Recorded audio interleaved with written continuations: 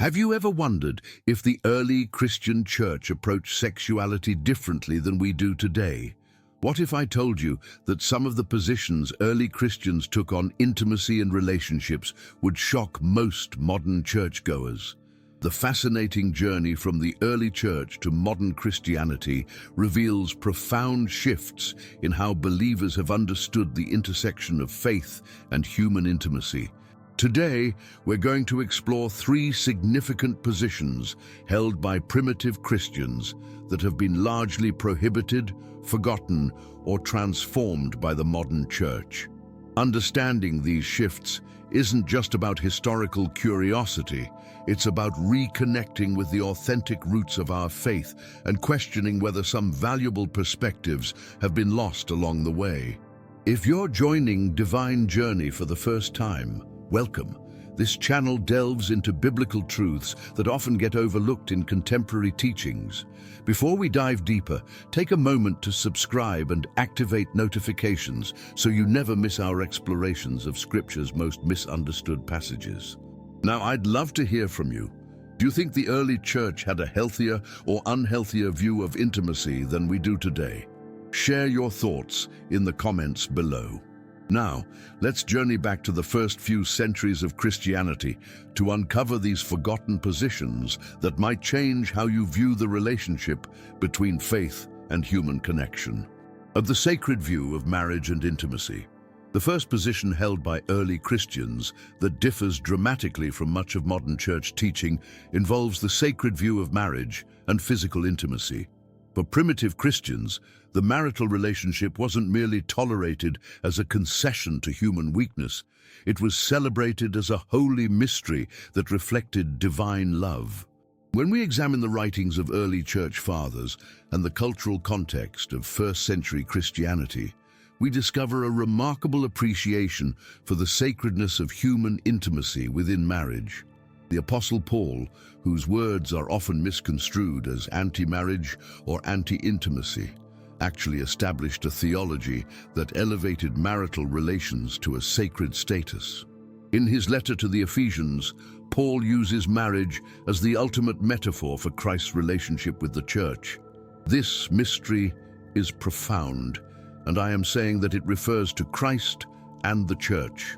This connection wasn't casual. It represented a profound theological statement about how human intimacy could mirror divine love.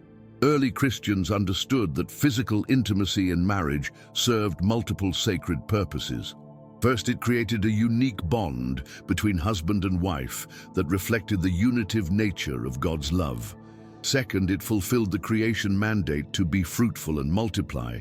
And third, perhaps most surprisingly to modern ears, it provided legitimate pleasure and delight as a gift from God. The Song of Solomon stands as biblical testimony to this perspective. This poetic book celebrates erotic love with vivid, sensual imagery that would make many modern churchgoers blush. Yet for early Christians, this text wasn't an embarrassment to be explained away, but a celebration of God's design for human intimacy. Consider these passages from Song of Solomon. Let him kiss me with the kisses of his mouth, for your love is more delightful than wine, and his left arm is under my head, and his right arm embraces me. These aren't merely poetic flourishes, but acknowledgments of physical desire as part of God's good creation. Clement of Alexandria, writing in the 2nd century, affirmed that marriage is cooperation with the work of God. Contrary to popular misconception, many early church fathers did not view sexual intimacy as inherently sinful, but rather as a gift to be enjoyed within proper boundaries. So what changed? How did we move from this sacred view to one often characterized by shame and restriction? Several historical factors contributed to this shift. The rise of Neoplatonic philosophy, which elevated the spiritual over the physical, began to influence Christian theology in the 3rd and 4th centuries. This philosophical framework often viewed the body and its desires with suspicion. As the church became more institutionalized, clerical celibacy gained prominence, creating a two-tiered system where the truly spiritual abstained from marriage and intimacy altogether. Cultural influences, particularly during the Victorian era, further embedded notions of shame and taboo around sexuality, even within marriage. The tragic reality is that many believers today have inherited a view of intimacy colored more by these historical developments than by Scripture itself. They've been taught that physical desire is something to be barely tolerated rather than celebrated as part of God's design. This distorted view has real consequences. Many Christian couples struggle with guilt and shame around their intimate lives. Some find it difficult to transition from viewing physical desire as sinful before marriage to suddenly embracing it as good after wedding vows. Others miss out on the spiritual dimensions of physical intimacy that early Christians understood so well. Reclaiming this first position means recognizing that God designed marriage, including its physical dimension, as something inherently good. It means acknowledging that intimate connection between spouses can be an act of worship, a reflection of divine love, and a source of legitimate pleasure all at once. If you're finding this exploration valuable, please take a moment to give this video a thumbs up and share it with someone who might benefit from this perspective. I'm curious, has your understanding of how early Christians viewed intimacy changed after hearing this? Drop a comment below, sharing one way this might influence how you think about marriage and intimacy in a Christian context. Communal living and shared resources. The second position held by the primitive church that has been largely abandoned by modern Christianity involves their radical approach to possessions, wealth, and communal living. The early Christians practiced a level of economic sharing and mutual support that would seem extreme to most contemporary believers. The Book of Acts provides our clearest window into this practice. All the believers were together and had everything in common. They sold property and possessions to give to anyone who had need. They broke bread in their homes and ate together with glad and sincere hearts. Acts 2:44-46. This wasn't a brief experiment or optional lifestyle. It represented the normative expression of Christian community in the apostolic era. Acts 4 reinforces this picture. No one claimed that any of their possessions was their own, but they shared everything they had. There were no needy persons among them, for from time to time those who owned land or houses sold them, brought the money from the sales and put it at the apostles' feet, and it was distributed to anyone who had need. The story of Ananias and Sapphira in Acts 5 underscores how seriously the early church took this communal ethic. Their sin wasn't failing to donate. Peter explicitly acknowledges their right to keep their property, but rather their deception about giving everything while secretly holding back. Early Christian writings outside the New Testament confirm this communal orientation continued beyond the Jerusalem church. The Didache, a first-century Christian teaching document, instructs believers, "Do not turn away from someone in need, but share everything with your brother or sister. Do not claim that anything is your own." Justin Martyr, writing in the 2nd century, described Christian practice. "We who valued above all things the acquisition of wealth and possessions now bring what we have into a common stock and communicate to everyone in need." This radical economic sharing stemmed directly from their understanding of Jesus' teachings. When Jesus told the rich young ruler to sell your possessions and give to the poor, Matthew 19:21, early Christians didn't view this as hyperbole or an exceptional case. They saw it as the standard for discipleship. The primitive church understood that true community couldn't exist alongside vast economic disparities. They recognized that following Christ meant holding material possessions loosely and prioritizing the needs of others over personal accumulation. What's particularly striking is how this communal ethic impacted their intimate relationships and family structures. The early Christian community functioned as an extended family, where biological ties weren't the only meaningful connections. Single believers, widows, and orphans weren't isolated individuals, but fully integrated members of the community with their physical and emotional needs met through shared resources and relationships. This position stands in stark contrast to the individualism that characterizes much of modern Christianity. Today's church often emphasizes personal faith, individual salvation, and nuclear family units, while treating economic sharing as optional charity rather than essential community. The shift away from this communal position occurred gradually as Christianity moved from a marginalized movement to an established institution. As the church gained social respectability and welcomed wealthy patrons, its radical economic practices became increasingly difficult to maintain. By the 4th century, when Christianity became the official religion of the Roman Empire, the communal ownership model had largely disappeared.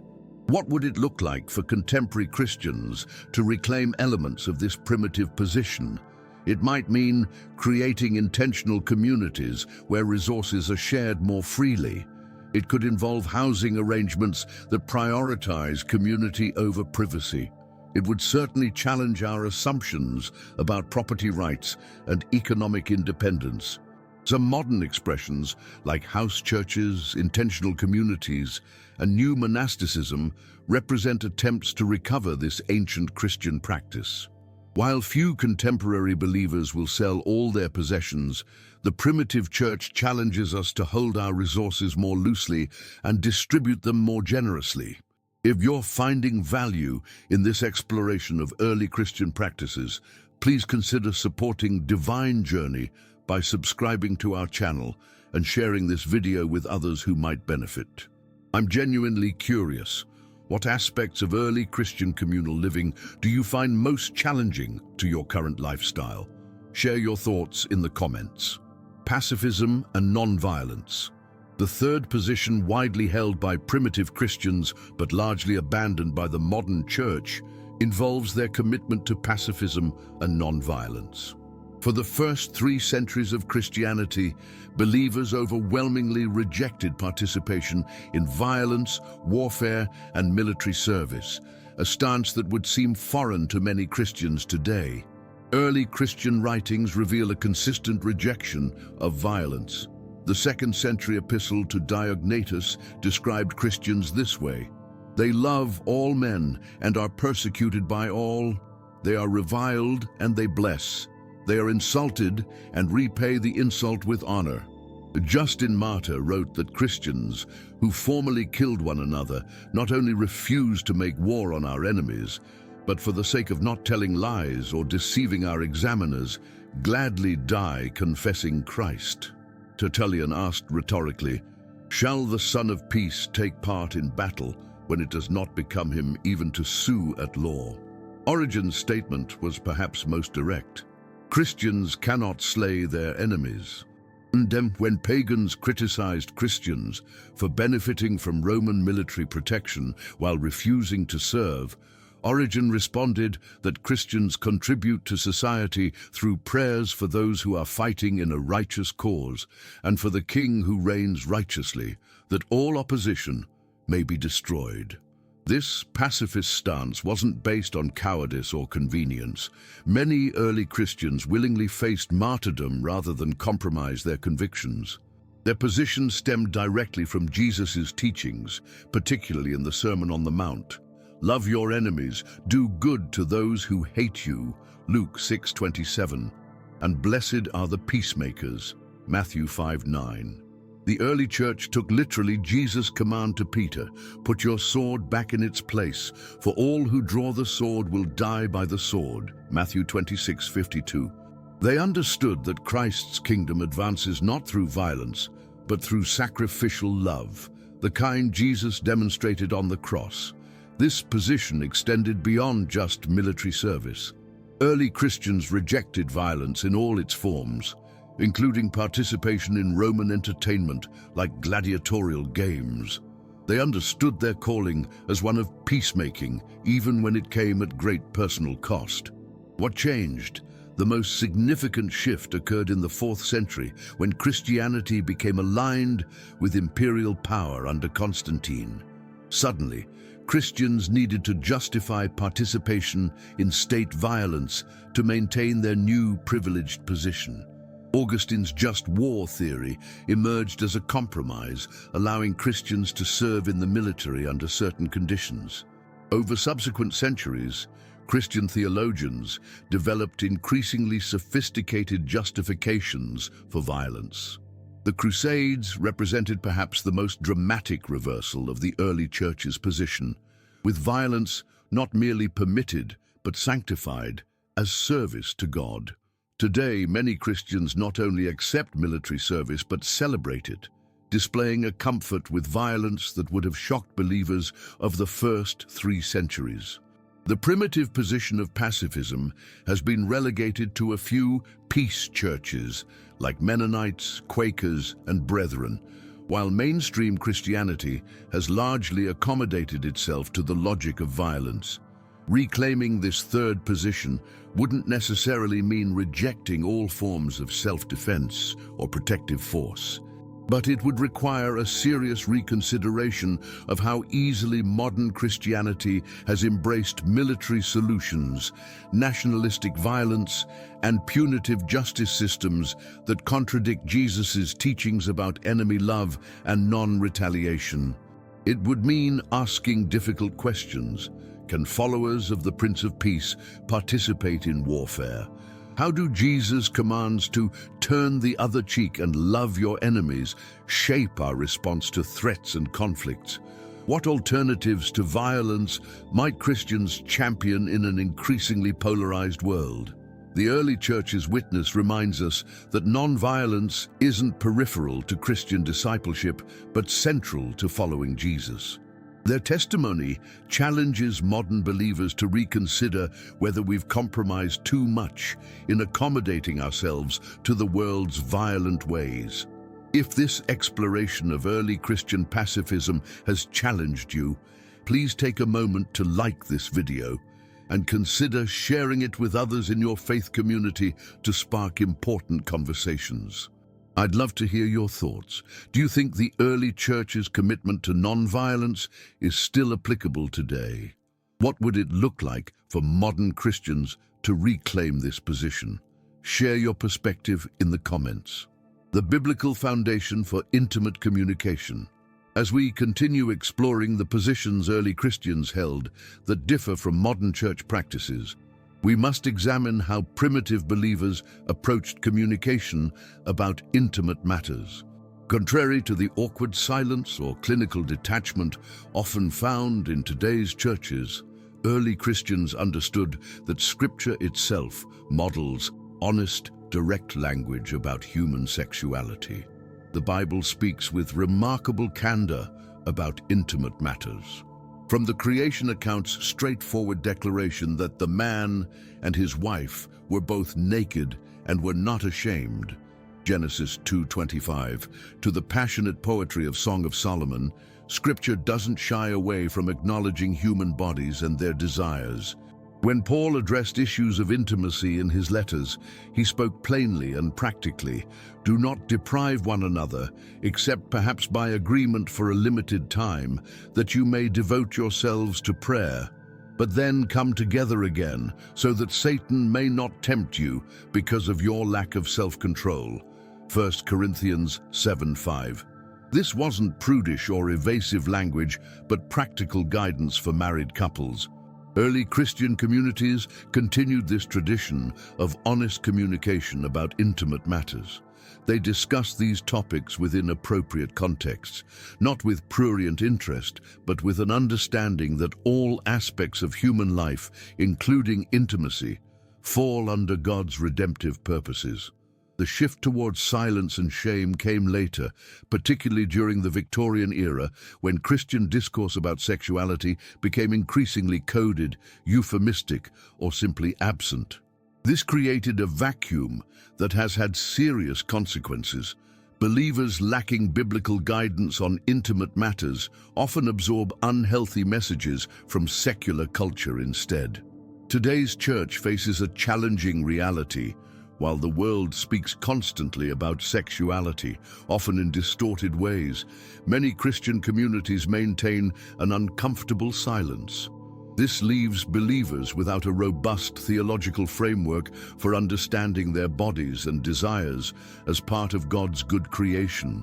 Reclaiming the early church's approach means creating spaces where Christians can discuss intimate matters with appropriate reverence, honesty, and biblical grounding.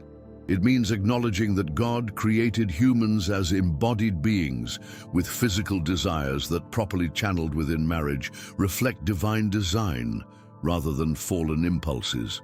This doesn't mean inappropriate oversharing or ignoring proper boundaries. But it does mean rejecting the notion that certain aspects of married life are too worldly or unspiritual for thoughtful Christian reflection. The early church understood that bringing everything, including intimate life, under Christ's lordship requires honest conversation rather than embarrassed silence. If you're finding this perspective helpful, please support Divine Journey by liking this video and subscribing to our channel. I'd love to know, has your church created healthy spaces to discuss biblical perspectives on intimacy? What questions do you wish Christian communities addressed more openly? Share your thoughts in the comments section below. Challenging cultural assumptions, not biblical foundations, as we explore these three positions held by the primitive church: sacred view of marital intimacy, communal resource sharing, and consistent non-violence. It's crucial to understand that reclaiming these perspectives doesn't mean rejecting biblical authority. Rather, it invites us to examine how cultural assumptions have shaped our reading of Scripture and potentially obscured the radical nature of early Christian teaching. The primitive church existed as a countercultural community that challenged prevailing Roman values around power, status, and pleasure. They weren't simply adjusting Scripture to fit their preferences, they were taking Jesus' teachings seriously, even when those teachings contradicted cultural norms. Today's church faces a similar challenge. Have we allowed contemporary Western values like individualism, consumerism, nationalism, and therapeutic self-fulfillment to shape our reading of Scripture? Have we domesticated Jesus' radical call to discipleship to make it more compatible with comfortable middle-class existence? When examining these three positions, we discover something remarkable. They're interconnected by a consistent ethic that values relationship over power, community over individual accumulation, and sacrificial love over self-protection. This coherent ethical framework challenges not just isolated behaviors, but entire systems of relating to others. The early Christians understood that following Jesus meant entering an alternative community with distinctive practices and values. They didn't compartmentalize faith into spiritual matters while leaving practical concerns untouched. Instead, their faith shaped everything from economic decisions to intimate relationships to responses to enemies. This holistic approach stands in stark contrast to the fragmented faith often practiced today, where Christianity influences Sunday worship but may have little bearing on Monday's financial decisions, relationship patterns, or political affiliations. What would it mean for contemporary believers to reclaim this integrated vision? It would require serious examination of how cultural assumptions have shaped our understanding of marriage, possessions, violence, and community. It would mean asking whether our practices genuinely reflect biblical values or merely baptize cultural preferences with religious language. Some modern believers might worry that reconsidering these positions threatens traditional Christian values, but the historical record suggests the opposite. These primitive positions represent the truly traditional approach, while many current traditional practices actually reflect later cultural accommodations. The goal isn't to perfectly replicate first-century Christianity in every detail. Their cultural context differed significantly from ours. Rather, the aim is to recover the underlying principles and allow them to challenge our assumptions just as they challenged Roman culture. This recovery work isn't merely academic. It offers practical pathways for addressing contemporary challenges. Marriage relationships strengthened by reclaiming the sacred view of intimacy, economic inequality addressed through recovering communal ethics, polarization and violence countered by rediscovering Jesus' peace teaching. The primitive church offers us not just historical curiosity, but prophetic witness, a reminder that following Jesus has always meant standing apart from dominant cultural values and embodying an alternative way of living together. Today, bringing it all together, living counter-culturally today. As we conclude our exploration of these three positions practiced by primitive Christians but largely prohibited by the modern church, the question becomes, how might reclaiming these perspectives transform our faith communities today? Imagine churches where married sexuality is neither idolized nor demonized, but celebrated as a sacred gift reflecting God's design. Picture communities where resources flow freely to meet needs, where no member suffers lack while others enjoy abundance. Envision believers known primarily for their commitment to peacemaking and reconciliation rather than cultural power struggles. This vision isn't utopian fantasy, it's the actual historical reality of early Christianity. Before becoming entangled with empire and cultural dominance, the church grew precisely because it offered this compelling alternative to Roman society's excesses and injustices. The primitive church didn't just believe different doctrines, they lived differently. Their distinct practices around sexuality, possessions, and violence marked them as a contrast community that embodied the kingdom values Jesus proclaimed. Today's cultural moment offers a unique opportunity for this kind of distinctive witness. As Western societies grow increasingly polarized around issues of sexuality, wealth distribution, and violence, Christians have a chance to transcend these divisions by recovering more nuanced, Christ-centered approaches rooted in our earliest traditions. This doesn't mean uncritically accepting every aspect of early church practice. The primitive church existed in a particular cultural context and faced challenges different from our own. But their underlying principles and commitments can guide us toward more faithful witness in our context. For individual believers, reclaiming these positions might mean developing a healthier, more biblical theology of intimacy within marriage that neither exalts nor denigrates physical connection. Examining personal wealth and possessions in light of community needs rather than cultural expectations. Finding practical ways to embody Jesus' teachings about enemy love and non-retaliation in daily interactions. Creating intentional community with other believers that transcends the isolation of contemporary life. For church communities, it could involve teaching holistically about marriage that celebrates rather than merely tolerates physical intimacy, developing structures that facilitate genuine economic sharing beyond occasional charity, becoming known as centers of peace and reconciliation rather than partisan political alignment, creating spaces where authentic community flourishes across demographic and economic divides. The path to recovering these primitive positions won't be simple or straightforward.